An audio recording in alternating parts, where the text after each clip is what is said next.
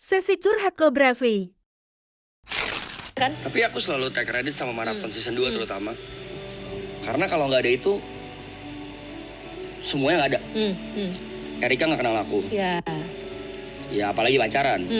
Terus aku jadi nggak punya berkat yang sampai sekarang aku sangat syukuri, yaitu anak. Aku punya Andrew. Dan itu juga kalau nggak ada maraton, ya kalau nggak ada maraton aku juga mungkin nggak ketemu Andrew. Dan juga kalau tidak ada Marathon season 2 dan masalah-masalah yang aku lewatin, kayaknya aku nggak bisa dewasa nih sekarang. Justru sebelum, aku inget banget, aku juga mau shout out buat Erika. Karena sebelum season 3 ini mulai, aku sempat ngobrol panjang lebar di rumah dia. Ini aku belum pernah ceritain di stream. Di waktu itu pesan Erika ke aku cuman, season 3 adalah saat dan waktu kesempatan terakhir buat kamu untuk nunjukin who is Brevi. Kalau kamu mau nunjukin siapa kamu yang sebenarnya, tunjukin aja. Jadi aku remind ke season 2 waktu Arab ngomong kayak gini persis. Be as organic as you can, jadi siapapun diri lu. Tapi ternyata yang aku lakuin di season 2 adalah overshare. Yang menurutku nggak baik.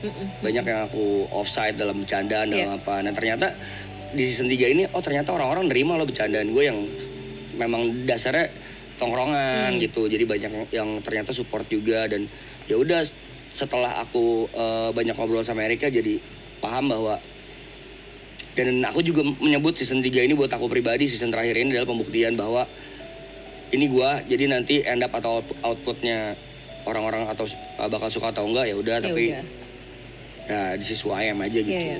Dan puji Tuhan hari ke-100 banyak yang jadi tambah suka dan tambah sayang gitu. Wow, berarti sebenarnya memang udah nunjukin Brevi sebagaimana Brevinya nih. Oke.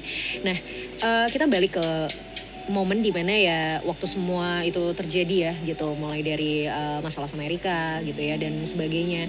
Itu kan sebenarnya momen dimana kamu juga lagi into juga sama member-member kan. Betul. Segimana besar peran member di situ, karena nggak mungkin nggak drop dong, parah, ya kan? Maksudnya gini loh, Brevi selalu muncul sebagai pelindung, terutama untuk Erika gitu ya.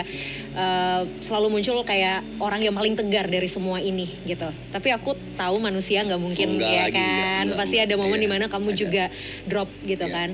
Dan di situ kan situasinya juga member ada di sekitar kamu gitu. Ada banget. Karena memang orang pertama yang aku cari waktu aku dapat masalah dan aku down banget Arab. Aku nelfon Arab, itu aku inget banget jam 4:30 pagi aku ke BSD. Itu di sana ada Jot, ada Grace, ada Arab, ada TP. Aku ceritain semuanya dan bahkan aku sempat nangis juga, ceritain bahwa gila ini berat banget buat gua kali ini tuh, beneran yang nggak pernah gua rasain, dari serangannya, hinaannya, hujatannya, fitnahnya, dan juga kayaknya gua nggak tahu nih harus ngapain, terutama di karir. Karena pasti impact juga dong ke karir. Betul karena dengan begitu banyak berkatnya, contoh misalnya dengan kenal Erika kerjaanku jadi tambah oke, exposureku, followerku naik, bla bla bla, itu nggak bisa dipungkirin dan aku nggak naif untuk mengakui itulah. Tapi hujatannya juga nggak kalah ngeri gitu. Yang tadinya aku pikir aku adalah orang yang kuat ya, ada yang aku cuek, aku nggak peduli, I don't give a fuck, kayak ya udah lu mau hina gue silakan, gue nggak peduli kok. Ternyata kenal loh, ternyata hancur juga gitu. Jadi aku, pertanyaan pertama aku ke Arab, aku masih inget waktu pada hari itu. Waktu lu dulu di hate, gimana cara lu ngelewatinnya? Ya, sampai sekarang pun aku masih inget jawabannya. Arab cuma jawab, ya caranya lu menghadapi hate ya jangan dihadapin, jangan diladenin gitu. Lu jadi diri lu aja. Kalau emang lu berasa lu bener, kalau lu tahu lu nggak salah, nggak apa-apa, hadapin aja. Karena memang showbiz tuh gila.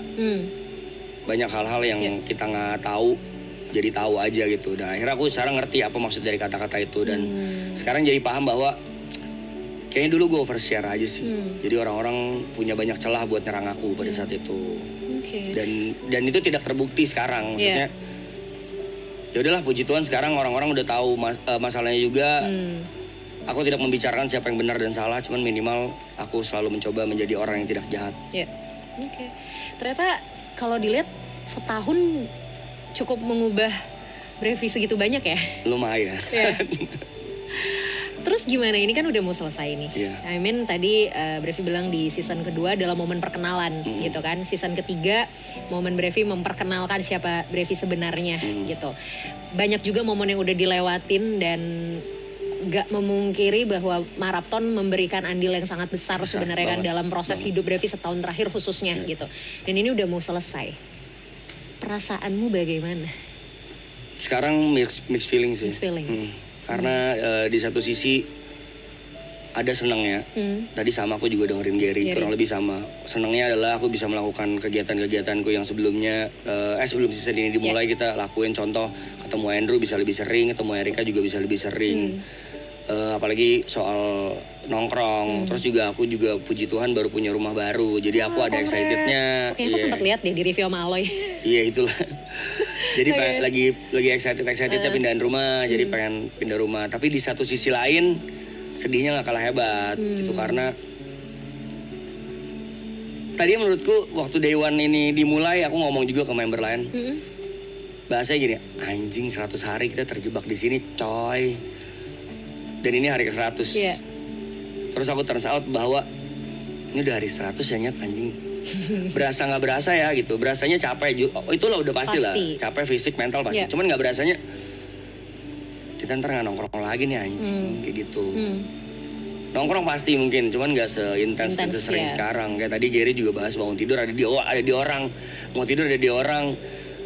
Bangun tidur ada live chat, kita bisa ngobrol. Mau tidur juga good night dulu ke mereka, ke viewer. Sekarang nanti setelah selesai, aku ngapain ya anjing? Of course kerja, cuman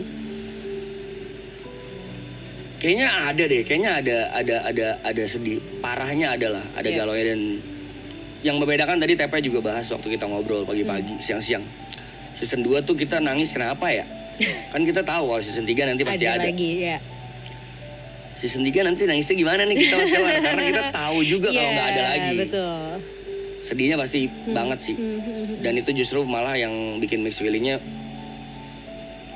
campur aduk, ada emosinya juga, ada sebelnya tuh, aduh banyak kegiatan-kegiatan yang belum sempat kita lakuin di sini. Contoh milestone, janji-janji kita ke orang-orang, ada mau datengin siapa, mau ngundang siapa, itu belum terlaksana dan kayaknya kita berasa guilty aja. Itu kan janji kita ke viewers kan, ya mau minta maaf juga sama viewers.